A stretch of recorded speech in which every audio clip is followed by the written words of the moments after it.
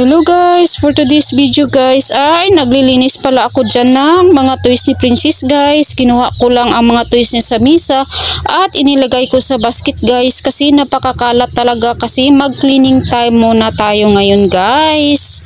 At kinuha ko na rin ang sako bag na maliit guys kasi may ilalagay tayo dyan guys, kasi kunin ko nga ang Durabox dyan sa gilid guys kasi kinain na talaga ng daga, kasi sirang-sira na talaga sa guys, kasi hindi na makuha, hindi na magamit kasi naharangan ng misa. Kaya balak ko talagang linisin dyan at alisin ang Durabox kasi nga inubos na talaga ng mga daga guys. Kaya tingnan nyo naman guys, super kalat na talaga dito sa bahay kasi nga kinuha ko yan ang Durabox namin guys. Winalisan ko na lang kasi balak ko sana itapon, pero baka pagalitan naman ako ni Papa Jun, kaya pinasok ko na lang yan sa loob ng kwarto ng anak ko guys, kasi medyo malaki-laki naman konti yung kwarto niya, kaya doon ko na lang muna itapon.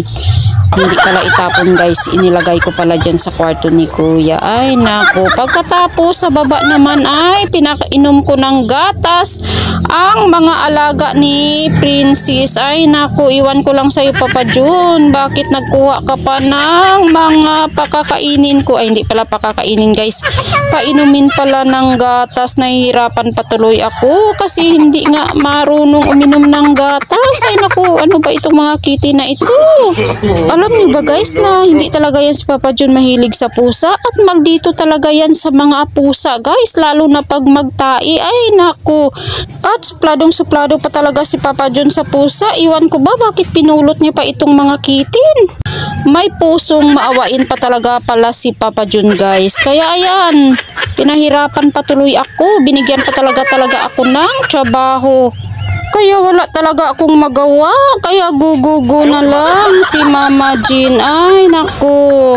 At fast forward guys, kinagabihan ay dumating na pala si Papa Jun, ang ating dialysis warrior guys, galing pamasada, at super pagod talaga siya guys, kaya nagpa-relax, umupo at sinayawan pa talaga ng kanyang anak para maging masaya daw ang kanyang papa.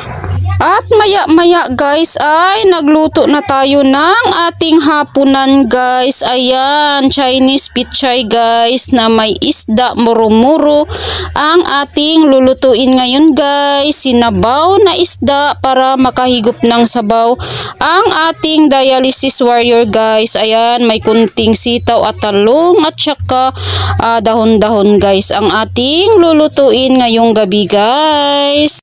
At automatic guys, nakataang na ang ating mahiwagang kaldero. Super malinis talaga. Salamat sa aking anak.